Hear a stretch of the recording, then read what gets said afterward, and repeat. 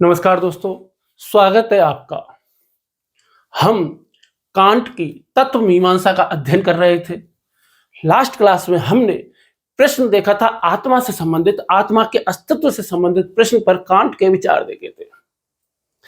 आज हम कांट की तत्व मीमांसा में यानी कि एक ऐसे दार्शनिक की फिर से बात करने वाले हैं जिसने इस प्रश्न पर विचार किया कि ईश्वर का अस्तित्व है या नहीं है। आज हम बात करेंगे कांट के उन तर्कों की जिन तर्कों ने तत्कालीन समय के आस्तिकों और नास्तिकों सभी को हिला करके रख दिया। कांट के उन तर्कों की जिन तर्कों ने यह बताया कि हमारी इंद्रियों से हमें पूर्ण ज्ञान प्राप्त नहीं होता और जो चीजें इंद्रियों से दिखाई नहीं देती, महसूस नहीं होती, तो ऐसा नहीं है कि वो उपस्थित नहीं हो सकती। वो हमसे ये प्रश्न पूछते हैं, वो ये चीज जानने की कोशिश करते हैं कि क्या मानव अपनी बुद्धि से ऐसा कोई अकाट्य प्रमाण लेकर के आ सकता है जिससे ईश्वर का अस्तित्व या तो साबित किया जा सके या फिर नकारा जा सके। क्या सच में ऐसा कोई अकाट्य प्रमाण है जिसे ना तो कोई आस्तिक चुनौती दे पाए और ना ही कोई नास्तिक चुनौती दे पाए। कांट इस प्रश्न का जवाब देंगे कि क्या ईश्वर सच में है या केवल हमारे मन की कल्पना है मात्र है। कांट हमें बताते हैं कि ईश्वर के होने और ना होने के जितने भी तर्क हैं उन सभी में क्या क्या कमियां हैं। तो अगले कुछ मिनटों में आप खुद ये तय करेंगे कि कांट आस्तिक थे या नास्तिक थे। आप खुद ये तय कर पाओगे अपने लिए भी कि आपको आस्तिक होना चाहिए या नास्तिक होना चाहिए। आप खुद ये तय कर पाएंगे कि ईश्वर के अस्तित्व है या ईश्वर का अस्तित्व नहीं है। तो जो कांट के सामने जो सबसे बड़ा प्रश्न था वो क्या प्रश्न था तत्व मीमांसा का, जो कि लगभग हर दार्शनिक के सामने उपस्थित होता है, जो कांट के सामने भी था, वो है ईश्वर का अस्तित्व। क्या इसे सिद्ध किया जा सकता है या ईश्वर के अस्तित्व को नकारा जा सकता है।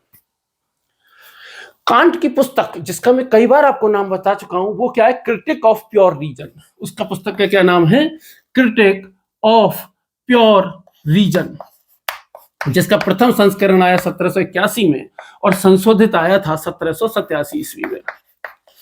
उस पुस्तक में क्रिटिक ऑफ प्योर रीजन यानी शुद्ध बुद्धि की आलोचना या शुद्ध तर्क की आलोचना नाम की उस पुस्तक में कांट ने सबसे पहले जो 3 प्रमुख तर्क ईश्वर के अस्तित्व के पक्ष में दिए जाते हैं, जो सबसे बड़े तर्क हैं, सबसे पहले उन 3 तर्कों को खारिज किया।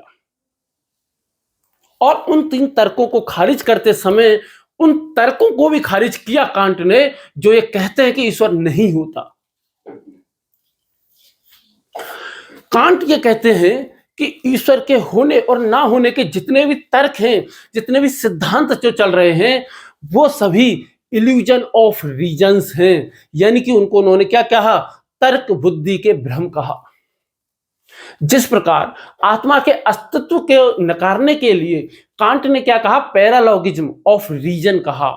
यानी कि शुद्ध बुद्धि के क्या कहा कि तर्क दोष जिनको कहा, पैरालॉगिज्म जिनको कहा, आत्मा से संबंध में, ईश्वर के अस्तित्व के संबंध में जो प्रश्न थे जिन पर विचार करते समय जिन तर्कों में जो कमी पाई, उन तर्कों को उन्होंने क्या कहा, तर्क बुद्धि के भ्रम, इल्यूजन ऑफ रीजन।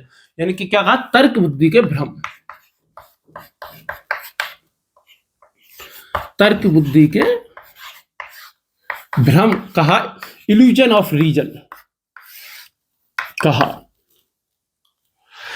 कांट कहते थे कि भाई मुझे बचपन से ही 2 चीजें बहुत ज्यादा विस्मित करती, आश्चर्यचकित करती। एक तो हमारे ऊपर तारों भरा आकाश और दूसरा मानव के अंदर की नैतिकता। वो ये समझ नहीं पा रहे थे कि ऊपर तारों भरा आकाश क्या है, क्यों है, कैसे है, और मानव के अंदर जो नैतिकता है वो क्या है, क्यों है, कैसे है। और यही 2 अनुभव थे, यही 2 चीजें थी, या इन्हीं 2 चीजों ने उन्हें प्रेरित किया ईश्वर की खोज के लिए।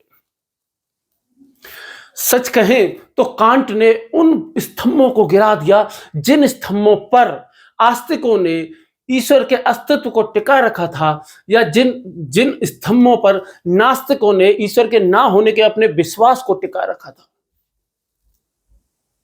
तो ईश्वर के होने के 3 सिद्धांत जो बहुत ज्यादा फेमस थे उस समय, और आज भी हैं, ऐसा नहीं है कि आज नहीं है। उनमें से सबसे पहले पे हम बात करेंगे, जो कि सबसे पहला है, सबसे प्राचीन है, जिसको कहते हैं ऑन्टोलॉजिकल आर्ग्यूमेंट, जिसको कहते हैं संकल्पनात्मक तर्क। तो वो क्या है ऑन्टोलॉजिकल आर्ग्यूमेंट या संकल्पनात्मक तर्क, उसको हम जानने की कोशिश करते हैं। देखिए, कांट एक ऐसे दार्शनिक हैं जो शुद्ध बुद्धि के द्वारा चीजों को खोजते हैं, और जब उन्होंने हमको ये बता दिया कि हम न्यूमेना को जान ही नहीं सकते, हम केवल फिनोमेना को जान सकते हैं। दुनिया में बड़े बड़े दार्शनिक आए, किसी ने कहा ईश्वर होता है, किसी ने कहा नहीं होता है। कांट एक अलग तरीके का जवाब देते हैं, एक ऐसा जवाब जिसका कोई तोड़ नहीं है किसी के भी पास। तो सबसे पहला जो है ईश्वर के अस्तित्व के संबंध में जो सबसे फेमस तर्क जो चलता था, वो क्या चलता था? संकल्पनात्मक आर्ग्यूमेंट, और मतलब ऑन्टोलॉजिकल आर्ग्यूमेंट। ऑन्टोलॉजिकल आर्ग्यूमेंट, संकल्पनात्मक तर्क। इस तर्क के द्वारा ईश्वर का अस्तित्व कैसे साबित होता है और कांट ने इसमें कैसे इल्यूजन निकाला, उसको हम देखते हैं। यह जो तर्क था प्रमुख तौर पर, देखो पश्चिम में की बात हमारी चल रही है, अभी हम भारतीय दर्शन को बीच में हम नहीं लेके आएंगे, जहां जरूरत पड़ेगी वहां लेकर के आएंगे। तो एक चर्च था, मतलब इंग्लैंड में चर्च थे, चर्च का एक बहुत उच्च प्रतिष्ठित पद था, और कैंटरबरी नाम की जगह के एक बहुत बड़ा पद था पादरी का। उस व्यक्ति पे एक पद पे एक व्यक्ति बैठे हुए थे जिनका नाम था एंसेल्म। क्या नाम था? एंसेल्म।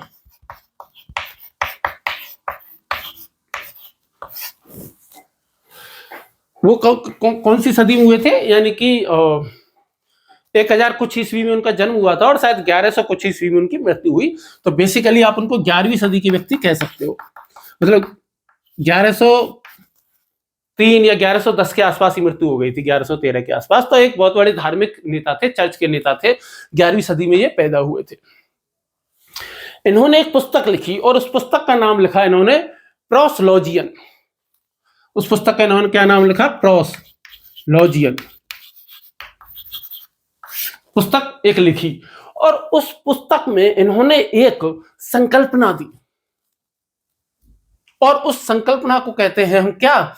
ऑन्टोलॉजिकल आर्ग्यूमेंट या संकल्पनात्मक तर्क।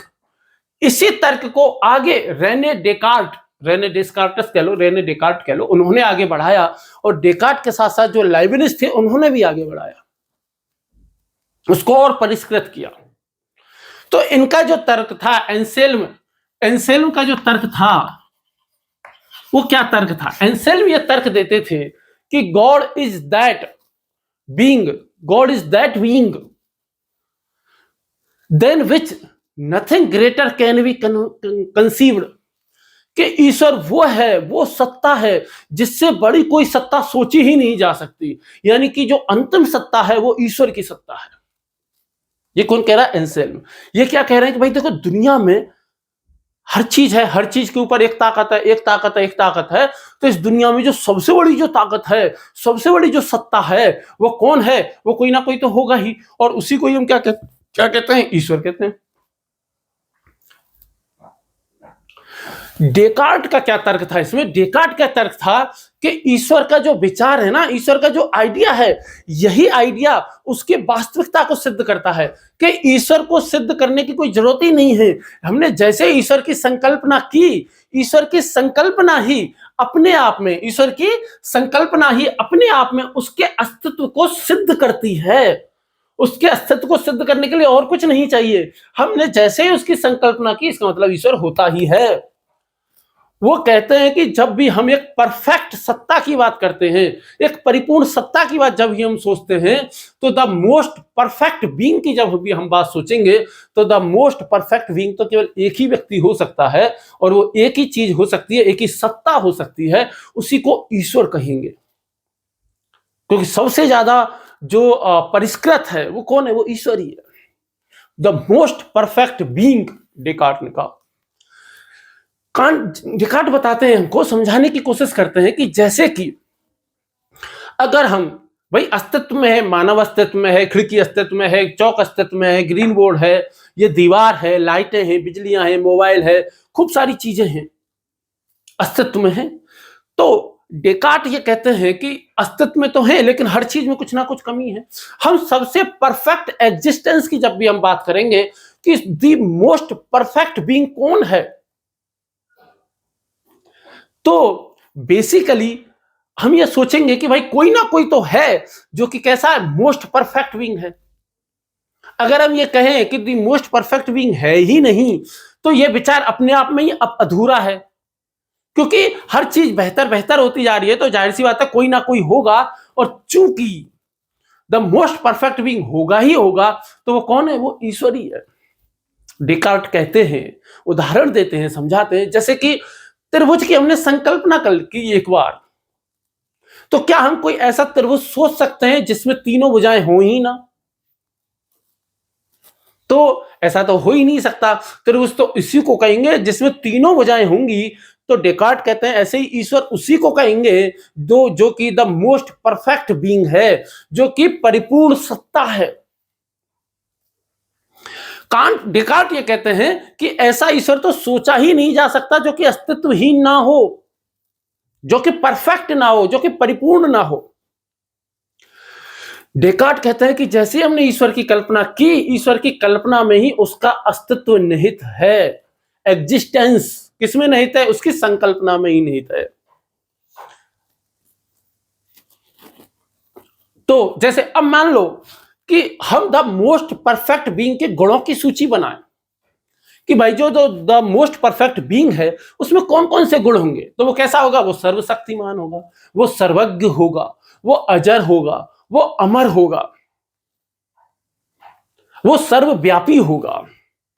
तो इस सूची में अस्तित्व भी क्या है? एक गुण है। इस सूची में जितने भी हमने कौन कौन से सूची बनाई? सर्वज्ञ की सूची बना ली, सर्वशक्तिमान की बना ली, तो एक गुण कौन सा भी आना चाहिए? अस्तित्व का भी तो आएगा ही आएगा ना। यदि आप किसी सबसे परिपूर्ण सत्ता की कल्पना करते हैं कि दुनिया में कोई ना कोई द मोस्ट परफेक्ट बीइंग है, उसकी कल्पना आप करोगे, और फिर आप ये सोचो कि यार वो है ही नहीं, तो ये कल्पना ही अपने आप में बेकार हो जाएगी। कि हम एक ऐसी चीज की कल्पना कर रहे हैं जो द मोस्ट परफेक्ट बीइंग है, और तुम्हें कह रहे हैं कि द मोस्ट परफेक्ट बीइंग होता ही नहीं है, तो फिर हम कल्पना ही क्यों कर रहे हैं? क्योंकि डेकार्ट ये कहते हैं कि कोई भी सत्ता जो वास्तव में अस्तित्व रखती है, वह उस सत्ता से अधिक परिपूर्ण होगी जो अस्तित्व में नहीं है। जो है ही नहीं अस्तित्व में, वो तो फिर है ही नहीं, वो तो जीरो है। तो उससे ज्यादा शक्तिशाली कौन होगे? उससे ज्यादा द परफेक्ट कौन होगा? जो अस्तित्व में होगा। इसलिए हमारे अगर सबसे परिपूर्ण सत्ता केवल हमारे मन में है, तो हम तुरंत यह सोच सकते हैं कि उससे भी अधिक परिपूर्ण एक सत्ता अस्तित्व में भी होगी, वास्तव में भी होगी। चूंकि ईश्वर की परिभाषा के अनुसार ईश्वर को सबसे परिपूर्ण होना ही है, द मोस्ट परफेक्ट बीइंग ईश्वर को होना ही है, इसलिए ईश्वर का अस्तित्व तो है, ईश्वर में अस्तित्व तो होगा ही होगा, अनिवार्य है। क्योंकि यदि ईश्वर अस्तित्वहीन है, क्योंकि ईश्वर है और ईश्वर क्या है? द मोस्ट परफेक्ट बीइंग है, लेकिन यदि वो अस्तित्व में ही नहीं है तो फिर वो ईश्वर कैसे हो जाएगा? फिर वो ईश्वर ही नहीं है, फिर वो द मोस्ट परफेक्ट बीइंग हो ही नहीं सकता। क्योंकि द मोस्ट परफेक्ट बीइंग होने की शर्त क्या है? कि उसका अस्तित्व भी हो, वो सर्वज्ञ, शक्तिमान, सर्वशक्तिशाली, सर्वव्यापी होने के साथ साथ उसका अस्तित्व भी तो होना चाहिए। तो डेकार्ट हमको ये समझाते हैं कि ईश्वर केवल विचारों में नहीं है, ईश्वर केवल संकल्पना में नहीं है, ईश्वर केवल व्यक्ति के मन में नहीं है, मानव के में, बल्कि वास्तविकता में भी अवश्य मौजूद है। डेकार्ट अपना तर्क दे देते हैं। जैसे ही डेकार्ट अपना तर्क देते हैं, कांट महाराज आ जाते हैं। कांट आते हैं और कांट आते ही सबसे पहला प्रहार जिस चीज पे करते हैं वो करते हैं अस्तित्व पे।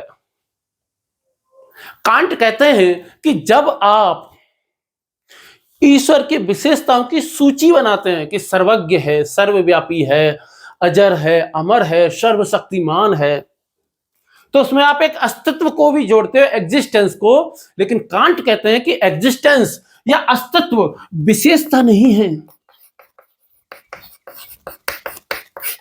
ये विशेषता नहीं है। कांट कहते हैं कि अस्तित्व तो विशेषता है ही नहीं। कांट अस्तित्व को परिपूर्णता की जो गुणों की जो सूची है उस सूची से ही निकाल देते हैं और कहते हैं कि existence is not a predicate.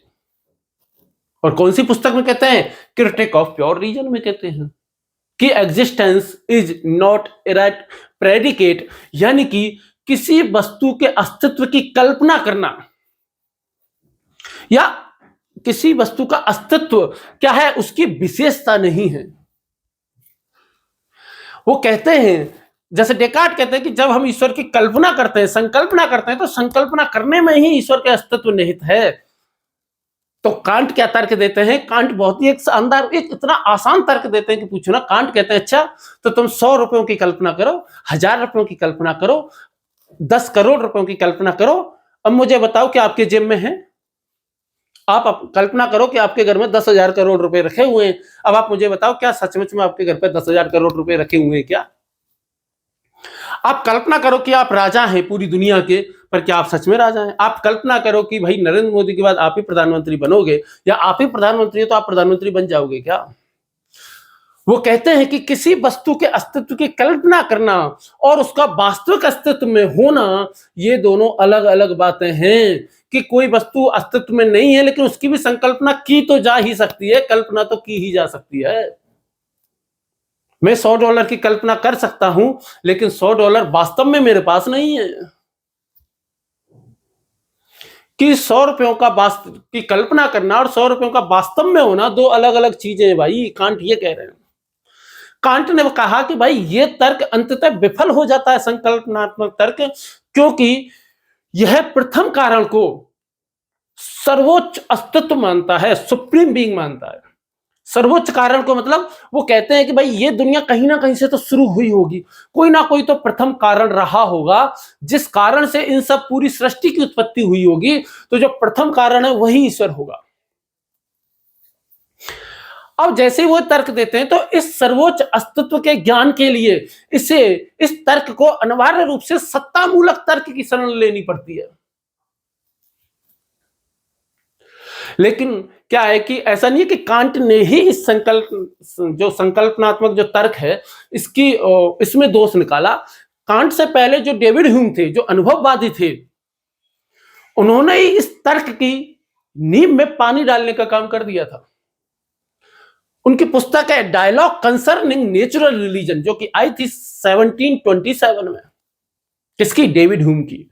पुस्तक का क्या नाम है? डायलॉग्स कंसर्निंग नेचुरल रिलीजन, जो कि आई थी, सॉरी मैंने क्या बताया आपको, 1779 में आई थी। कब आई थी पुस्तक? 1779 में आई। ठीक आई। तो उसमें उन्होंने कहा कि you can not drive existence from an idea, you can not drive existence from an idea. तुम एक विचार से अस्तित्व नहीं निकाल सकते।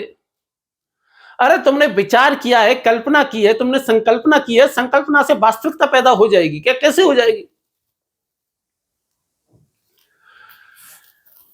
कांट ने इस आलोचना को पूरा किया। और किस तरीके से पूरा किया? कांट ने पूरा किया कि भाई $100 की कल्पना करना और $100 का वास्तविकता में जेब में होना दोनों अलग अलग बातें हैं। कल्पना करने मात्र से किसी भी चीज का अस्तित्व सिद्ध नहीं हो जाता। और दूसरी बात, जब हम कल्पना करते हैं किसी द मोस्ट परफेक्ट बीइंग की, उसमें सर्वज्ञ, सर्वशक्तिमान, इस तरीके की जब हम गुण जोड़ते हैं, उन गुणों में अस्तित्व का होना कंपलसरी नहीं है। वो कहते हैं existence is not a predicate, existence कोई विशेषता नहीं है कल्पना करने के लिए, ये आवश्यक ही आवश्यक है। तो डेकार्ट का जो तर्क था उसको उन्होंने इस तरीके से जो है वो खारिज कर दिया। ठीक है, तो स्पिनोजा आ गए। तो कौन आ गए? स्पिनोजा आ गए। और स्पिनोजा, इनको मिटा देता हूं इन सेल को। स्पिनोजा आए। स्पिनोजा की एक पुस्तक है जो कि आई थी 1677 में। स्पिनोजा SPINOZ, स्पिनोजा नहीं, स्पिनोजा। स्पिनोजा की पुस्तक है गॉड और नेचर। पुस्तक का नाम क्या है? गॉड और नेचर, जो कि आई 1677 में। ड्यूइस सिवे नेचुरे लैटिन में इसका नाम था। इस पुस्तक में स्पिनोजा तर्क देते हैं। क्या तर्क देते हैं? स्पिनोजा तर्क देते हैं कि ईश्वर और प्रकृति अलग नहीं है, दोनों एक ही हैं। कि जो हमें प्रकृति दिख रही है ये ईश्वर है, चौक ईश्वर है, ब्लैक बोर्ड ईश्वर है, ग्रीन बोर्ड, शर्ट ईश्वर है, बाल ईश्वर है, नाक ईश्वर है, दीवारें ईश्वर है, लाइटें ईश्वर है। जैसे समुद्र और समुद्र की लहरें दोनों अलग अलग चीज नहीं है, दोनों एक ही हैं। लहरें भी समुद्र का ही रूप हैं, वैसे ही प्रकृति के जो नियम है या पूरी प्रकृति है यही ईश्वर है। इसमें ईश्वर कोई अलग से कोई सत्ता नहीं है, कोई अलग से कोई उसका कोई पावर नहीं है, बल्कि वही है जो प्रकृति में प्रकट होता है। जो हमें प्रकृति में दिख रहा है वही ईश्वर है। कांट क्या कहते हैं? कांट कहते हैं कि स्पिनोजा जी आप बिल्कुल सही कह रहे हो, आपका तर्क शर्माते पे, आपकी पूरी तहे दिल से आपके तर्क की रेस्पेक्ट करते हुए मैं केवल ये कहना चाहूंगा कि आपके इस तर्क में इल्यूजन ऑफ रीजन है, यानी कि विचार का भ्रम है। कांट कहते हैं कि ईश्वर स्वयं प्रकृति नहीं है। और क्यों प्रकृति नहीं है? कांट क्यों कह रहे हैं? क्योंकि कांट कह रहे हैं कि प्रकृति तो क्या है? फिनोमेना है। प्रकृति क्या है? फिनोमेना है। कांट कह रहे हैं कि मैंने आपको पहले ही बताया था कि हमारी इंद्रियों पर टाइम और स्पेस के चश्मे लगे हुए हैं, और हम जो भी चीज ज्ञान अर्जित करते हैं मन उसे 12 कैटेगरियों में बांट देता है, जो कि पहले से ही हमारे मस्तिष्क में स्थित हैं, हमारे मन में उपस्थित हैं। तो हम केवल फिनोमेना को ही जान सकते हैं, न्यूमेना को हम जान ही नहीं सकते। न्यूमेना को हम जान ही नहीं सकते और हम केवल फिनोमेना पे जान सकते हैं। तो आप फिनोमेना को, यानी कि जो प्रकृति जिसे हम देखते हैं, जानते हैं, महसूस करते हैं, वो तो फिनोमेना है, क्योंकि न्यूमेना को हमारी इंद्रियां जान नहीं सकती। और फिर आप इस फिनोमेना को न्यूमेना नहीं कह सकते। आप नहीं कह सकते कि भाई मानव को जो प्रकृति में जो अनुभव हो रहा है, प्रकृति में जो दिख रहा है, प्रकृति जैसी दिख रही है वही ईश्वर है, क्योंकि ईश्वर तो है न्यूमेना और प्रकृति हमें जैसी दिखाई दे रही है वो है फिनोमेना। स्पिनोजा कहते हैं कि भाई जो मेरा जो ईश्वर है ना, वो दूसरी बात क्या है? कांट क्या कहते हैं कि भाई जो स्पिनोजा का जो ईश्वर है वो तो फिर नैतिक चेतना से रहित हो जाएगा। यदि आप जैसे ये कहोगे कि भाई दुनिया में जो कुछ भी दिख रहा है वो सब भगवान है, तो इसका मतलब अन्याय हो रहा है वो भी भगवान ही है, जो शोषण हो रहा है वो भी अन्याय भगवान ही है, फिर जो गंदगी पड़ी है वो भी भगवान ही है। तो भैया प्रकृति में दया तो दिखती नहीं है, प्रकृति में तो हिंसा है, प्रकृति में तो शोषण है, प्रकृति में तो कौन सा नियम चलता है? जिसकी लाठी उसकी भैंस। प्राकृतिक रूप से तो यही नियम चलता है ना। ये तो मानव ने जब समाज बना लिया तो समाज में सामाजिक नियम लागू हो गए। नहीं तो प्रकृति को क्या दया आती है? कि प्रकृति तो दया नहीं करती, प्रकृति तो एक साथ लाखों लोगों को मार देती है। प्रकृति ने पूरे डायनासोरों को एक साथ खत्म कर दिया। प्रकृति पूरे के पूरे गांव को बहा देती है, गांव के गांव, शहर के शहर बाढ़ में डूब जाते हैं।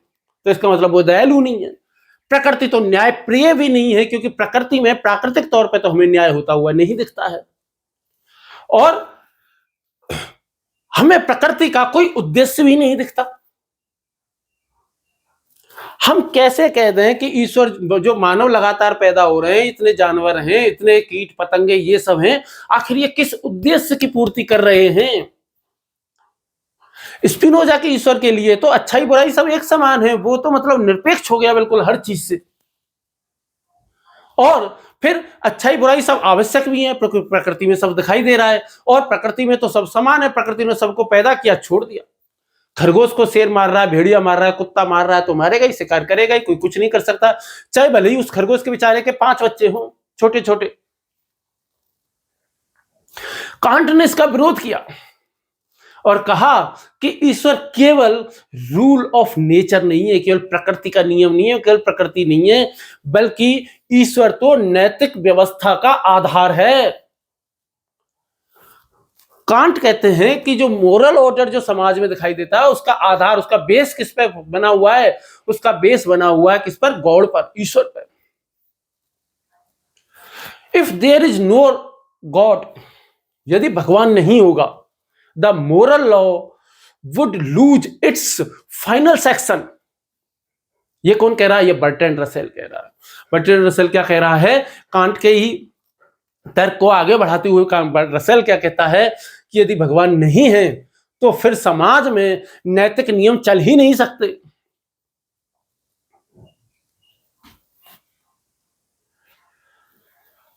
भाई कैसे चलेंगे नैतिक नियम? आप एक बात बताओ, जब ईश्वर का आधार ही नहीं होगा तो भाई कोई भी आदमी अच्छा या बुरा कर्म क्यों करता है? क्योंकि उसको लगता है कि भाई सच बोलना अच्छा होता है और झूठ बोलना बुरा होता है। ये अच्छे और बुरे का आधार क्या है? अच्छे और बुरे का आधार उसे ईश्वर से ही तो मिला है ना। अच्छा और बुरा का ज्ञान कैसे होता है? ईश्वर से ही तो होता है ना। The ontological argument is fascinating but fallacious। कि भाई जो ऑन्टोलॉजिकल का जो आर्गुमेंट है ना, जो सत्ता मूलक तर्क जो है कि भाई संकल्पना मूलक या सत्ता मूलक तर्क जो है कि भाई सत्ता होती है, जो फाइनल जो सत्ता है, जो मोस्ट परफेक्ट बीइंग है, वही ईश्वर है। तो भैया ये फैसिनेटिंग तो दिखाई देता है, लेकिन ये कैसा है? ये फैलेसियस है। नीत्शे ने भी कांट की इस आलोचना को बारे में पता है क्या कहा? नीत्शे कहते हैं reasons victory over theology. Nietzsche कहते हैं कि जैसे ही कांट ये कहता है कि नैतिकता के लिए भगवान आवश्यक है, वैसे ही बुद्धि की जीत हो जाती है धर्मशास्त्र के ऊपर। धर्मशास्त्र के ऊपर कौन जीत जाती है? बुद्धि। कि ईश्वर धर्म की वजह से ईश्वर नहीं है, नैतिकता की वजह से ईश्वर है। यानी कि यही वह क्षण था जब दर्शन ने धर्म के ऊपर तर्क का झंडा फहरा दिया। दर्शन के तर्क जीत गया धर्मशास्त्र के से। अब आप खुद सोचिए ना, जैसे आप खुद मन में एक ऐसे घर की कल्पना करें जो कि एकदम परफेक्ट घर हो, जिसमें कोई भी कोई कमी ना हो, तो क्या आवश्यक है कि वो 100% अस्तित्व में होगा? कोई आवश्यक नहीं है। ये तो असंगत बात दिखाई देती है ना, गलत बात। अरे यार, कल्पना करने मात्र से कैसे वास्तविकता में हो सकता है? भाई मैं कल्पना तो ये कर सकता हूं कि भाई मेरा ये जो कमरा है वो $10,000 से भरा हुआ है, 10,000 करोड़ रुपयों से भरा हुआ है। कल्पना तो मैं कर सकता हूं कि भाई मैं दिवाली की सफाई करूंगा तो मुझे इस अलमारी में जो है वो 2-2 हजार के नोट भरे हुए मिलेंगे। पर सच बात यह है कि मुझे कुछ नहीं मिलने वाला है किताबों के अलावा। तो सच बात क्या है कि भाई केवल संकल्पना करने मात्र से, केवल द मोस्ट परफेक्ट बीइंग के बारे में कल्पना करने से, सोच लेने से वो वास्तविकता में हो नहीं जाता है। ईश्वर का विचार मन की आवश्यकता हो सकता है, पर इससे उसका अस्तित्व सिद्ध नहीं होता है। ये कौन कह रहा है? ये कांट महाराज कह रहे हैं। ठीक, तो ये समझ में आया पहला ऑन्टोलॉजिकल आर्गुमेंट।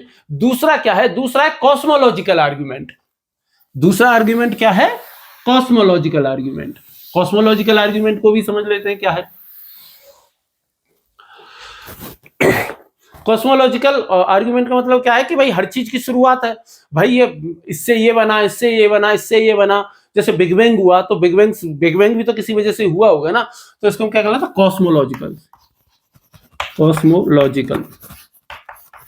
आर्गुमेंट।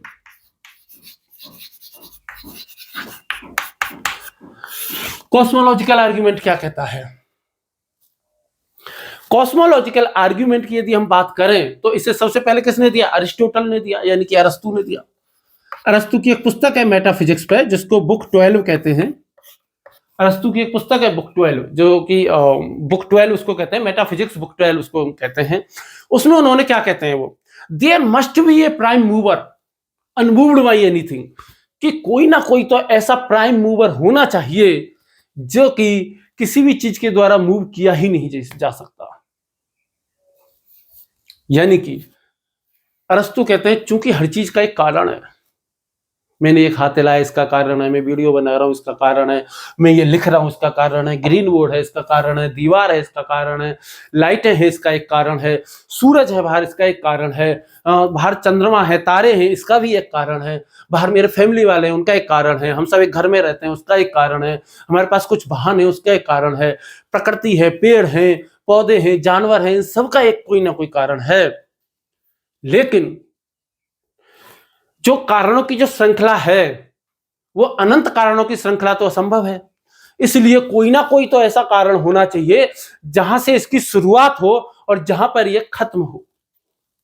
कोई ना कोई अनमूव्ड मूवर होना ही चाहिए, ये अरस्तु कहते हैं, जो ऐसा जो कि किसी के द्वारा जो प्रेरित नहीं होता, और वह अनमूव्ड मूवर ही क्या है? ईश्वर है, प्योर एक्चुअलिटी है। अरस्तु के बाद थॉमस एक्वाइनस आ गए, और थॉमस एक्वाइनस ने तो धर्म से जोड़ दिया, क्योंकि आपको पता है कि भाई सुकरात, प्लेटो, अरस्तु और ये जो अरिस्टिपस और ये सेरेनाइक वगैरह, सेनिक वगैरह ये जब आए, इनके बाद अंधकार काल आ गया, और अंधकार काल 1000 सालों तक रहा, और अंधकार काल में धर्म का ही बोलबाला रहा। उसी समय पे थॉमस एक्वाइनस आए और उन्होंने इस चीज को किससे जोड़ दिया? क्रिश्चियन थियोलॉजी से जोड़ दिया, यानी कि ईसाई धर्मशास्त्र से जोड़ दिया, और इसको और थोड़ा विकसित कर दिया। और क्या कहा कि हर कारणों की एक शुरुआत, हर वस्तु का कोई कारण होता है, और कारणों की श्रृंखला अनंत हो नहीं सकती, इसलिए कोई ना कोई तो फर्स्ट कॉज रहा होगा, कोई ना कोई तो क्या रहा होगा? प्रथम कारण रहा होगा। और क्या कहते हैं कि वो प्रथम कारण कौन है? That first reason, first cause is God. और जो पहला जो रीजन है वो अकारण हो नहीं सकता, और वो अनकॉज कॉज हो नहीं सकता, वही ईश्वर है। हर चीज का एक कारण होता है, और कारणों की श्रृंखला कहीं जाके रुकेगी तो जो सबसे पहला जो कारण है वही क्या है? ईश्वर है। दूसरी बात, वो कहते हैं कि प्रकृति में हर चीज किसी उद्देश्य की तरफ बढ़ती हुई दिखाई देती है, किसी फाइनल पर्पज की ओर बढ़ती हुई दिखाई देती है, और यह दिशा, हर चीज को जो डायरेक्शन जो दे रहा है वो केवल ईश्वर ही दे सकता है। वो कहते हैं, उदाहरण देते हैं, जैसे ट्रेन का हर डिब्बा अगले डिब्बे से जुड़ा, ये मैं दे रहा हूं, है ना, ये अरस्तु ने नहीं दिया भाई, ये थॉमस एक्वाइनस ने नहीं दिया, ये मैं दे रहा हूं। जैसे ट्रेन का हर डिब्बा अगले डिब्बे से जुड़ा होता है, लेकिन सारे डिब्बे चल नहीं सकते, सभी डिब्बों को चलाने के लिए इंजन का होना आवश्यक है। वैसे ही वो इंजन को ही ईश्वर कहते हैं। कोई कारण होगा, एक गाना भी है, कोई कारण होगा, है ना। तो हर चीज का एक कारण है, इसलिए पहला कारण होना ही चाहिए, और इसलिए पहला कारण क्या है? वो ईश्वर है।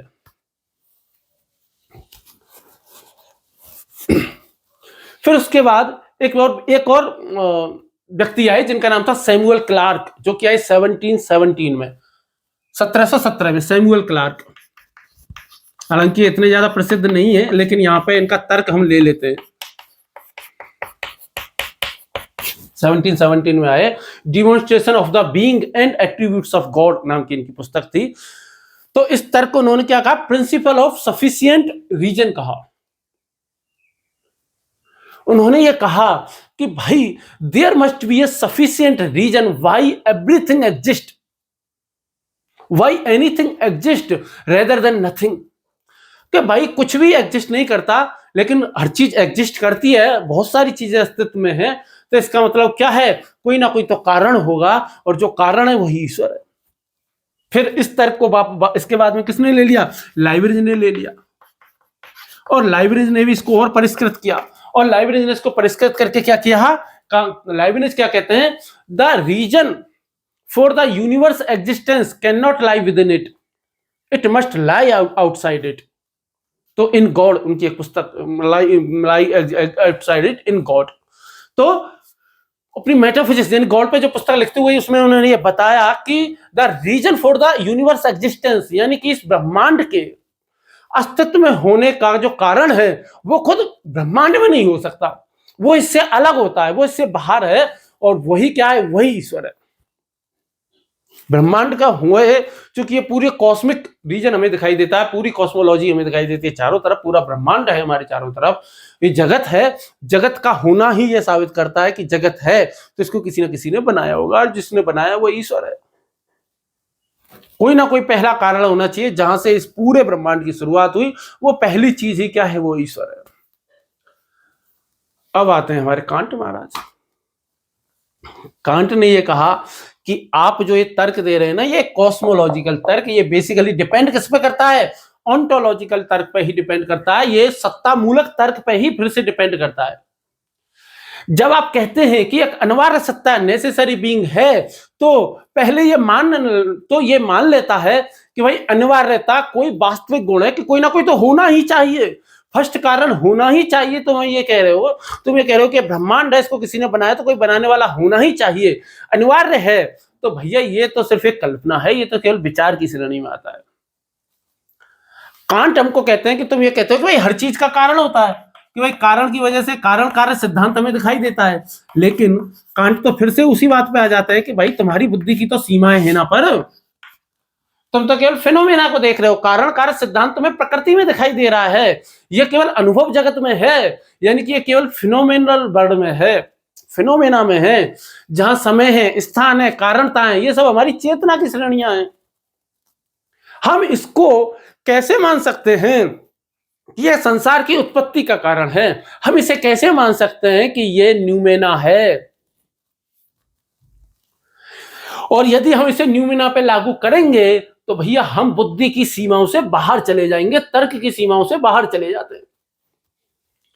इसीलिए ईश्वर को फर्स्ट कॉज कहना, ईश्वर को प्रथम कारण कहना, या ब्रह्मांड है तो इसलिए ईश्वर भी होगा, यह कहना, ये कांट कहते हैं ये तर्क की सीमा का उल्लंघन है, यह तो इल्यूजन ऑफ रीजन है, तर्क बुद्धि का भ्रम है, क्योंकि यह अनुभव के नियमों को, भाई ये सारी चीजें तो हम अनुभव कर रहे हैं, क्या हम ईश्वर को अनुभव करते हैं? नहीं, लेकिन हम इस सिद्धांत को अनुभव के अतीत या अनुभवातीत जो चीजें हैं, जिन चीजों को हम अनुभव नहीं कर सकते, उन पर भी तुम लागू कर रहे हो, तो उन पर कैसे लागू कर सकते हो? उनको तो हमने अनुभव ही नहीं किया। और यदि तुम उन पर लागू करोगे तो भैया तुम्हें सैद्धांतिक ज्ञान जो है वो प्राप्त हो ही नहीं सकता। कांट कह रहे हैं तत्व मीमांसा के प्रश्नों का सैद्धांतिक ज्ञान प्राप्त किया ही नहीं जा सकता है। इस दुनिया में कोई ये बता ही नहीं सकता कि ईश्वर होता है या नहीं होता है। जो लोग कहते हैं ईश्वर होता है वो भी उतने ही बड़े मूर्ख हैं जो ये कहते हैं कि ईश्वर नहीं होता है, जो गारंटी के साथ कहते हैं। और ऐसा नहीं है कि कांट ही केवल इस तर्क की आलोचना करते हैं, कांट से पहले डेविड ह्यूम, या कांट के समय में ही डेविड ह्यूम आए, और उनकी जो पुस्तक मैंने बताई थी, क्या नाम था, डायलॉग कंसर्निंग नेचुरल रिलीजन, जो कि आई थी 1779 में। उसमें उन्होंने ये कहा कि जो कार्य कारण का जो नियम है ना, वो कोई सार्वभौमिक सत्य थोड़ी है, ये तो बस हमारी मानसिक आदत है। आपको पता है जब मैंने कांट की शुरुआत की थी तब सबसे पहले ह्यूम की ही बात मैंने बताई थी।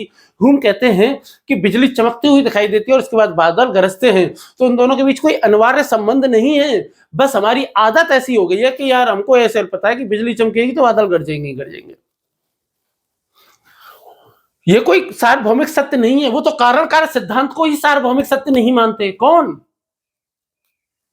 David Hume. Why must the universe have a beginning at all? Hume कहते हैं कि आखिर यूनिवर्स की शुरुआत होनी ही क्यों चाहिए? यदि हर चीज का कारण है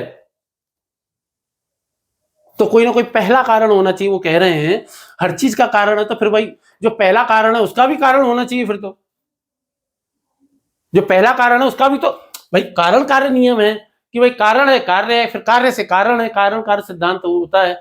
अरे भैया यदि ऐसा है तो तुम कह रहे हो कि कोई फर्स्ट कारण होगा, फर्स्ट कॉज होगा, तो फर्स्ट कॉज का भी तो कोई कॉज होना चाहिए ना। फर्स्ट कॉज कैसे शुरू हुआ आखिर? तो ह्यूम हो चाहे कांट हो, वो दोनों ही ये कहते हैं कि जो फर्स्ट कॉज की जो धारणा है ये खुद सेल्फ कॉन्ट्राडिक्टरी है। तुम कहते हो कि हर चीज का एक कारण होता है, हर चीज का एक कारण होता है, तो ब्रह्मांड का भी कोई कारण होना चाहिए। तो इस हिसाब से तो भाई भगवान का भी, भगवान के भी होने का कोई कारण होना चाहिए कि भगवान क्यों है। और ऐसा नहीं कि ह्यूम या कांट ही इस तर्क की आलोचना करते हैं, रसेल भी इस मैदान में कूद जाते हैं, बर्ट्रैंड रसेल।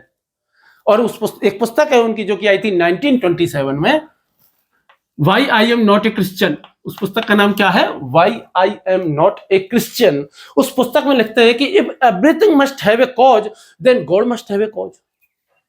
यदि हर चीज का कारण है तो भगवान का भी कारण होना चाहिए। If there can be anything without a cause, और यदि कोई चीज ऐसी है जो कि बिना किसी कारण के हो सकती है, यानी कि भगवान बिना किसी कारण के हो सकता है, it may just well with the universe itself, तो ऐसा भी तो हो सकता है कि ब्रह्मांड बिना किसी कारण के हो। स्टीफन हॉकिंग्स की बात हम कर लेते हैं, जिन्होंने पुस्तक लिखी 1988 में, a brief history of time. उस पुस्तक में लिखते हैं कि asking what comes before big bang is like asking what is north of the north pole. वो कहते हैं कि कोई ये पूछ ले कि पृथ्वी के उत्तरी पोल के, नॉर्थ पोल के नॉर्थ में क्या है, ये ऐसा ही पूछना है जो कोई ये पूछे कि बिग बैंग से पहले क्या था। वो कहते हैं कि भैया बिग बैंग से पहले तो कुछ था ही नहीं, समय भी नहीं था, स्पेस भी नहीं था। कौन कहता है? ये स्टीफन हॉकिंस कह रहे हैं, उनका आइडिया है। क्योंकि ब्रह्मांड की शुरुआत से पहले कुछ नहीं था, और पहले का ही अर्थ जो है वो समय से जुड़ा हुआ है। वो कहते हैं कि भाई समय तो बिग बैंग से शुरू हुआ। कांट ये कहते हैं कि भाई तुम ये जितने भी तर्क बता रहे हो ना ईश्वर के होने के और नहीं होने के, ये सभी तर्क बुद्धि की सीमा के परे हैं। तुम बुद्धि से कभी नहीं जान सकते कि बिग बैंग से पहले क्या था क्या नहीं था। कैसे जान पाओगे? तुम उस समय में पीछे जा ही नहीं सकते, तुम उसको अनुभव कर ही नहीं सकते।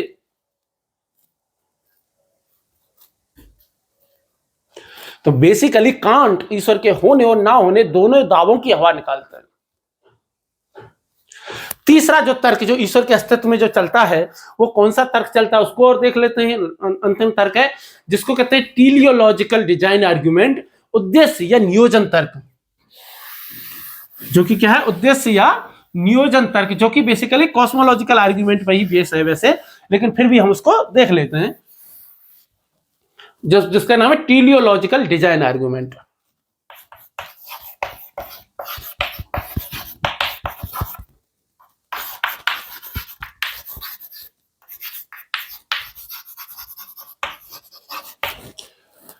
ठीक है, टीलियोलॉजिकल यानी कि उद्देश्य या नियोजन तर्क।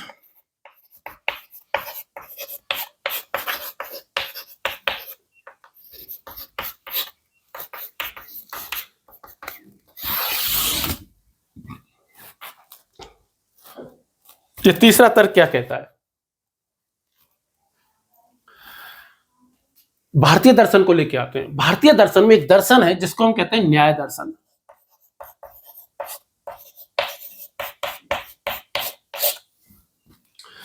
न्याय दर्शन ने कहा कि जो ईश्वर है वो जगत का नियामक है।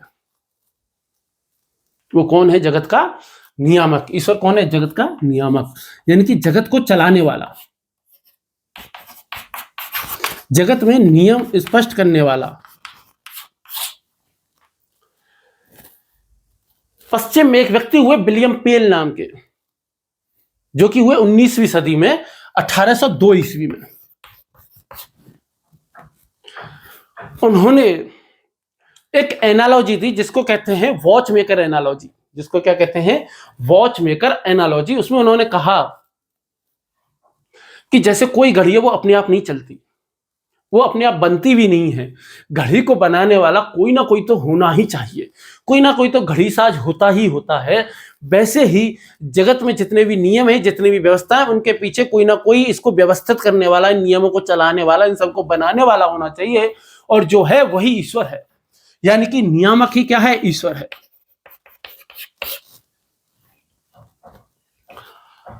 कांट का तर्क है कि भाई जगत, तुम कहते हो कि भाई दुनिया है, प्रकृति है, ब्रह्मांड है, इसमें कोई व्यवस्था दिखाई देती है, तो कांट कहते हैं कि बिल्कुल सही बात है।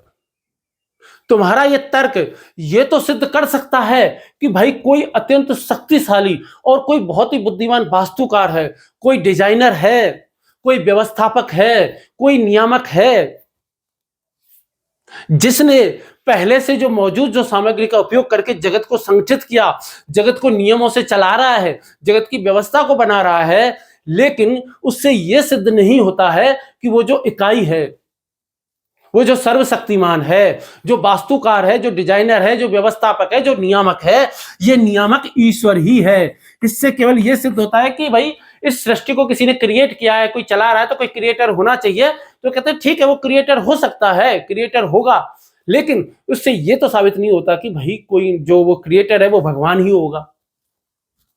हो सकता है कि भगवान ने उस क्रिएटर को वो पावर दी हो कि भाई तुम ये दुनिया बनाओ। कैसे पता चलेगा कि वो डिजाइनर ही भगवान है?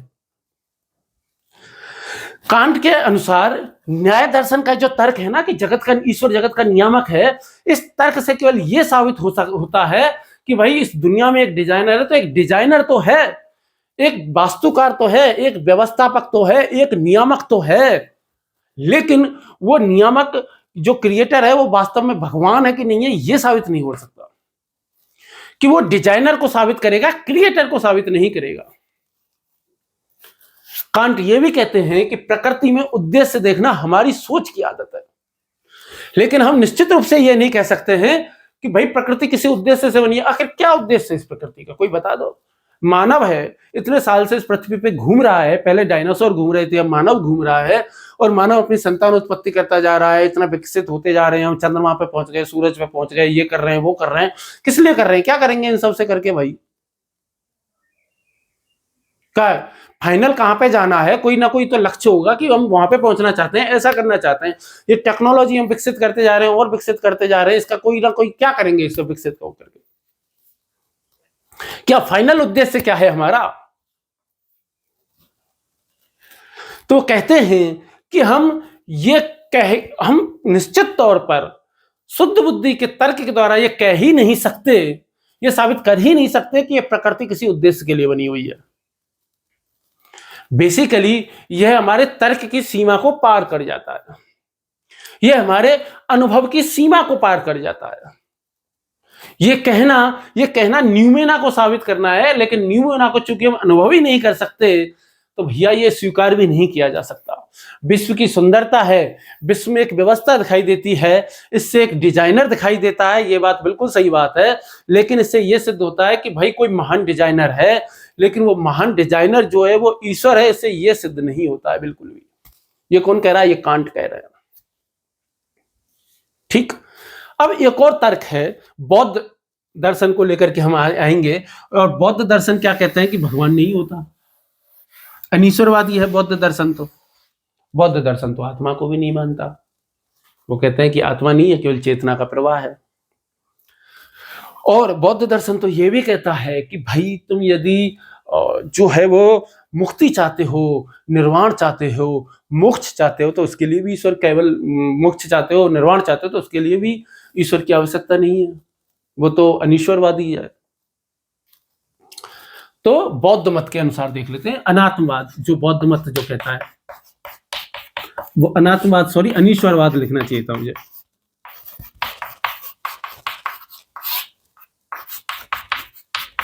बौद्ध मत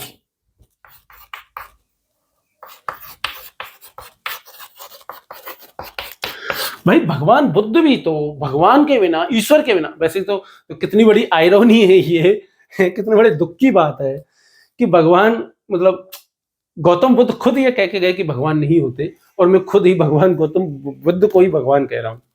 इससे बड़ी मूर्खता नहीं हो सकती। महावीर भी देखेंगे तो मुझ पे हंसेंगे, मतलब गौतम बुद्ध देखेंगे मुझ पे हंसेंगे कि कैसे गधेड़ है। मैं पूरी जिंदगी कहता रहा भगवान नहीं होते, भगवान नहीं होते, भगवान नहीं होते, और मुझको ही भगवान बना दिया। अरे मूर्खो, वैसे तो वो बहुत ज्यादा अहिंसा में विश्वास करते थे, पर इतनी ज्यादा मूर्खतापूर्ण बात देख करके मुझे डर है कहीं वो हिंसक ना हो जाते। ठीक है, चलो कोई बात नहीं। तो वो तो बौद्ध है ना, भगवान है, ईश्वर है उनके बाद। मतलब बेसिकली क्या है ना, हम आम आदमी तो बेसिकली कैसे हैं कि भाई देखो, जिसके जैसे हम बन नहीं सकते उसको हम भगवान बना देते हैं। हम बुद्ध बन नहीं सकते, हमको ऐसा लगता है कि हम नहीं बन सकते, तो इसलिए भगवान बना दिया। ओशो जैसे भी हम नहीं बन सकते, हमको ऐसा लगता है तो हम उन्हें भगवान बना देते हैं। सीधी बात ये है बस।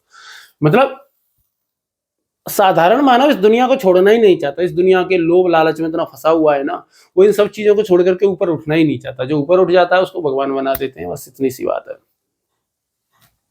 बुद्ध क्या कहते हैं? बुद्ध ये कहते हैं कि भाई जैसे स्वस्थ रहने के लिए हमेशा डॉक्टर की जरूरत नहीं होती, बिना डॉक्टर के भी तुम स्वस्थ रह सकते हो। कैसे रह सकते हो? अपना आहार अलग अच्छा रखो, विचार अच्छा रखो, साधना अच्छी रखो, तुम स्वस्थ रह सकते हो। और चूंकि तुम बिना डॉक्टर के स्वस्थ रह सकते हो, ऐसे ही तुम बिना ईश्वर के भी मोक्ष प्राप्त कर सकते हो, केवल और केवल साधना के द्वारा। और इस बात के समर्थन में कौन आ जाते हैं? हमारे आर्थन शोपेनहावर भी आ जाते हैं। और शोपेनहावर भी बौद्ध दृष्टि का समर्थन करते हुए क्या कहते हैं कि भाई दुख से मुक्ति जो है वो व्यक्तिगत साधना करुणा से संभव है, इसके लिए ईश्वर की मध्यस्थता आवश्यक नहीं है। ऐसा नहीं है कि ईश्वर भगवान चाहिए ही चाहिए दुख से मुक्ति के लिए, नहीं, भगवान नहीं चाहिए, तुम बिना भगवान के भी मोक्ष प्राप्त कर सकते हो। और जो कांट है, कांट सैद्धांतिक रूप से ईश्वर के ज्ञान को तो खारिज करते ही है, यानी कि बौद्ध मत का समर्थन करते हैं इस बात में कि हाँ भाई बिल्कुल सही बात है, हम ईश्वर का ज्ञान प्राप्त नहीं कर सकते, लेकिन वो कहते हैं कि यदि इस समाज में नैतिकता को बनाए रखना है, यदि मानवता को जीवित रखने के लिए नैतिकता को बनाए रखना है, तो नैतिकता को बनाए रखने के लिए ईश्वर को मानना आवश्यक है।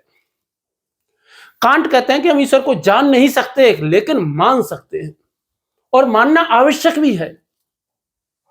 और क्यों मानना आवश्यक है? क्योंकि इससे समाज में नैतिकता बनी रहती है।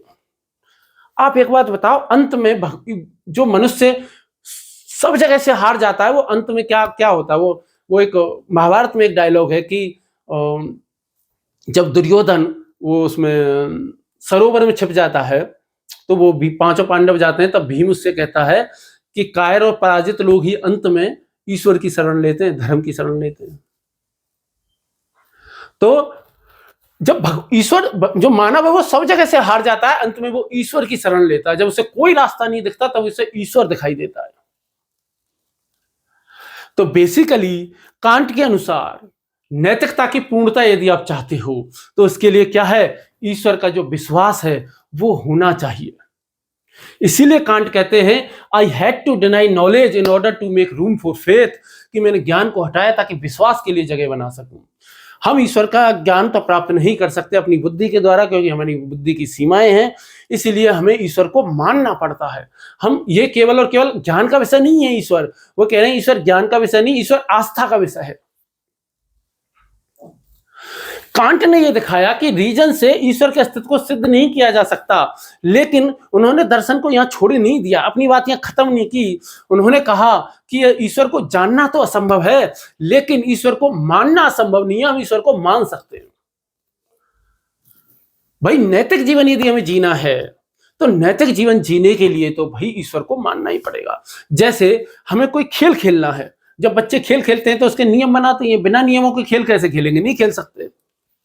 अब नियम बनाने वाला हमें दिखाई दे नहीं दिखाई दे वो एक दूसरी बात है, पर नियम तो है ना, नियम तो हमें दिखाई दे रहे हैं ना।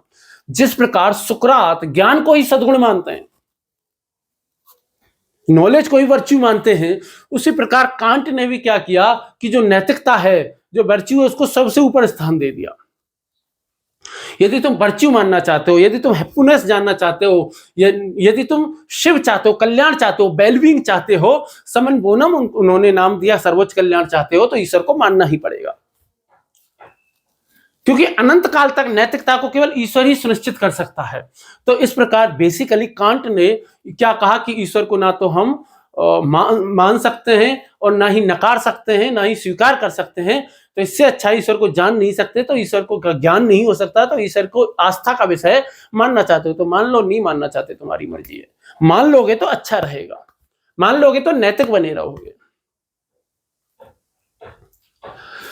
बेसिकली ड्यूटी, कांट जो है वो फिनोमेना, कांट की जो फिनोमेना और न्यूमेना की जो अवधारणा है, बेसिकली भारतीय दर्शन में इसकी तुलना किससे करते हैं? हम शंकराचार्य से कर देते हैं। बहुत से लोग, भाई शंकराचार्य ने भी तो क्या कहा कि ये दुनिया हमें दिखाई देती है, मिथ्या, ये माया है। अद्वैत वेदांत को पढ़ेंगे तब और विस्तार से बताऊंगा कि ये सब क्या है, माया है। असली जगत हमें दिखाई नहीं देता, ये सब तो माया है। जगत तो असलियत है ही नहीं। ये कौन कह रहा है? ये वो शंकर कह रहे हैं। और कांट क्या कह रहे हैं? कांट भी ये कह रहे हैं कि तो तुम्हें जगत जो दिखाई दे रहा है ये झूठा तो नहीं है, पर तुम्हें असली जगत नहीं दिखाई दे रहा है। जब कांट ये कहते हैं कि न्यूमेना को हम जान ही नहीं सकते, ईश्वर को जान ही नहीं सकते, वहां शंकर क्या कह रहे हैं? शंकर ये कह रहे हैं कि भाई जो दिखाई देने वाली दुनिया ये तो माया है, ब्रह्म अलग है, परम वास्तविकता अलग है, ईश्वर अलग है। लेकिन दोनों में एक बात जरूर है कि जिस दुनिया को हम अनुभव करते हैं वो असलियत, अंतिम सत्य नहीं है। तो कांट क्या कहते हैं कि ईश्वर हो गया, आत्मा हो गया, ये सब ज्ञान का विषय नहीं है। ये सब व्यावहारिक बुद्धि के नियम हैं, ये व्यावहारिक बुद्धि के सिद्धांत हैं, ये पोस्टुलेट्स हैं, ये नैतिक आदर्श हैं, मान्यता हैं। नैतिक कर्तव्य को पूरा करने के लिए कि भाई हम अपनी मर्जी से काम करते हैं तो हमें फ्री विल को मानना पड़ता है, हमें आत्मा की अमरता को मानना पड़ता है, ताकि ईमानदार लोगों को ये भरोसा रहे कि मैंने इस जन्म में अच्छे कर्म किए, मुझे उनका लाभ इस जन्म में नहीं मिला तो अगले जन्म में मिलेगा। ईश्वर का अस्तित्व, ताकि पुण्य, अच्छे कर्म करोगे तो पुण्य मिलेगा, ये सब मानना पड़ता है, ताकि ईश्वर लोगों को ये भरोसा रहे कि आखिरी में न्याय तो होगा ही, कहीं ना कहीं तो हो। एक व्यक्ति शोषण करता है जीवन भर और दूसरे व्यक्ति का जिसका शोषण हो रहा है वो कम से कम भगवान में भरोसा रखते हुए तो सोच सकता है कि कोई ना कोई तो न्याय करेगा। तो नैतिकता का जो संतुलन है वो कौन बनाए रख सकता है? ईश्वर बनाए रख सकता है। वो एक शेर है कि वो जो तर्क की जंजीरों से आजाद हुआ वो खुदा आखिर मेरे ईमान में मिला। कि कांट ने हमें सिखाया कि भाई तर्क में नहीं है, वो ईमान में है। ईश्वर को जानने की कोशिश में तर्क को तोड़ने से बेहतर है कि हम ईश्वर को मान लें, स्वीकार कर लें, उसे अपने जीवन का आधार बनाएं। ठीक, लेकिन आलोचना तो सबकी होती है, और आलोचना सबकी होती है तो जाहिर सी बात है कांट की भी होगी। और कांट की आलोचना करने के लिए आ जाते हैं हीगल। वो कहता है कि जब कांट ये कहता है कि I have to deny knowledge in order to make room for faith, कि भाई मैंने विश्वास के लिए जगह बनाई, ज्ञान को हटाया तक विश्वास के लिए जगह बनाई, जब वो ये कहते हैं तो वो एक तरीके से पलायन कर जाते हैं। वो कहते हैं कि ये विभाजन कर देना, कि ज्ञान की खोज को ये सीमित कर देना है। वो कहते हैं कि ईश्वर, आत्मा, स्वतंत्रता, ये सब केवल विश्वास के विषय नहीं है, बल्कि रीजन के द्वारा ये जा सकते हैं, नॉलेजेबल हैं।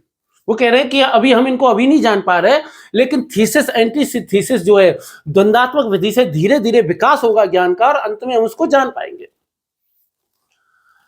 और भी अन्य कई आलोचक भी कहते हैं कि कांट ने ना अनावश्यक रूप से ज्ञान की सीमा बना दी। वो कहते हैं कि यार हम नहीं जान सकते, अरे हो सकता है भविष्य में जान जाए।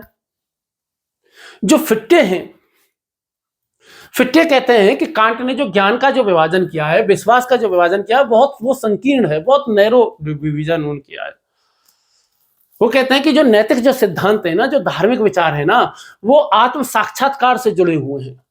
जैसे हमारे यहां भी कहते हैं ना, स्वयं को जानो तो ईश्वर को जान जाओगे। वही आर्थर शोपेनहावर भी कांट के जो प्रैक्टिकल पोस्टुलेट्स की जब कांट बात करते हैं, नैतिक आदर्श की मान्यताओं की बात करते हैं, तो शोपेनहावर कहते हैं ये कुछ नहीं है, केवल एक आशा है, नैतिक आशा है और कुछ नहीं है।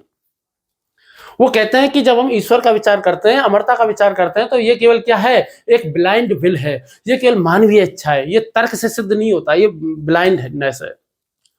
और जो डेविड ह्यूम है या जितने भी अनुभववादी हैं, वो भी प्रैक्टिकल रीजन का समर्थन नहीं करते, क्योंकि वो कहते हैं कि धर्म तो अनुभव की जाने वाली बात है, ईश्वर तो अनुभव किया जाने की बात है, भावनाओं की बात है, सेंटिमेंट्स पे आधारित है, वो तर्क पे आधारित नहीं है। तो ये सब आलोचनाएं हैं कांट की। कांट इसका ईश्वर है या नहीं, हमने इस पे बताया, और मैंने अंत में आपको बताया था कि आप फैसला करेंगे कांट ईश्वर आस्तिक है या नास्तिक है। आप अपने लिए भी फैसला कीजिए कि आप आस्तिक रहना चाहते हैं कि नास्तिक रहना चाहते हैं। वो लोग जो कहते हैं कि भगवान होता ही नहीं है क्योंकि वो दिखाई नहीं देता, तो एक फेमस शेर है कि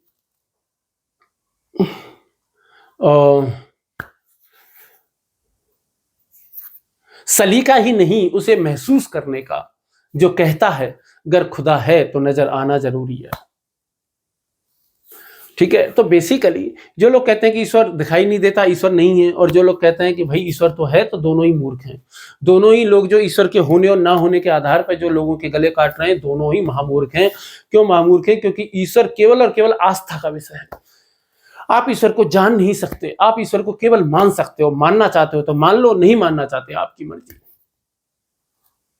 आखिरी फैसला आपके ऊपर है कि होता है कि नहीं होता। कांट कहते हैं पता नहीं भाई, भगवान हो भी सकता है, नहीं भी हो सकता है। होने के भी उतने ही मजबूत तर्क हैं जितने कि ना होने के तर्क हैं।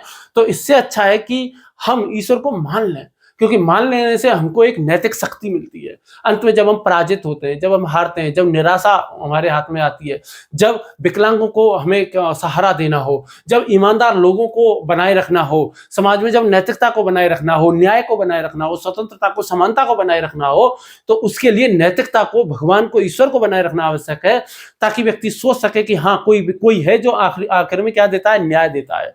आखिर में फैसला कहीं ना कहीं तो होगा, आखिर में न्याय होगा, अंतिम न्याय तो होकर के ही रहेगा, आखिर में सबको न्याय मिलेगा। ये भरोसा मानव के अंदर रहना ही चाहिए ताकि नैतिकता बनी रहे। ये बात कौन कह रहा है? ये बात कह रहे हैं हमारे कांट महाराज। ठीक, अब कांट का एक और अगला प्रश्न है जो कि तत्व मीमांसा से ही जुड़ा हुआ है। वो प्रश्न है कि दुनिया, जगत क्या है, क्या नहीं है, जगत का अस्तित्व क्या है। तो इस प्रश्न की खोज हम करेंगे, या इस प्रश्न पर कांट के क्या विचार हैं, ये हम जानेंगे उनके नेक्स्ट वीडियो में। एक बात मुझे जरूर बताइएगा कि भाई कहीं ऐसा तो नहीं मैं तत्व मीमांसा को बहुत ज्यादा विस्तृत करके बता रहा हूं, इसकी कोई आवश्यकता नहीं है इतने ज्यादा विस्तृत करने की, अनावश्यक रूप से पढ़ा रहा हूं। और यदि आपको लग रहा है कि भाई नहीं मजा आ रहा है और हमको ये सब तर्क जानने में, समझने में कि लोग अलग अलग क्या क्या विचार रखते हैं, कैसे तर्क देते हैं, तो ठीक है, तो हम नेक्स्ट इस पे विचार करेंगे। और फिर हम इस प्रश्न पे विचार करने के बाद और कांट की आलोचना करने के बाद और तत्व मीमांसा का फाइनल निष्कर्ष कांट का लेने के बाद हम कांट की नीति मीमांसा पे जाएंगे और फिर हम एथिक्स की क्लास में वापस आ जाएंगे। अभी हम फिलॉसफी की क्लास में। चलिए फिर तो नेक्स्ट वीडियो में मिलते हैं, तब तक के लिए धन्यवाद, नमस्कार। क्लास अच्छी लगे तो प्लीज आप जैसा चाहें वैसे कर सकते हैं, ठीक है, आपकी इच्छा है। चलिए फिर नेक्स्ट वीडियो में मिलते हैं, धन्यवाद, नमस्कार।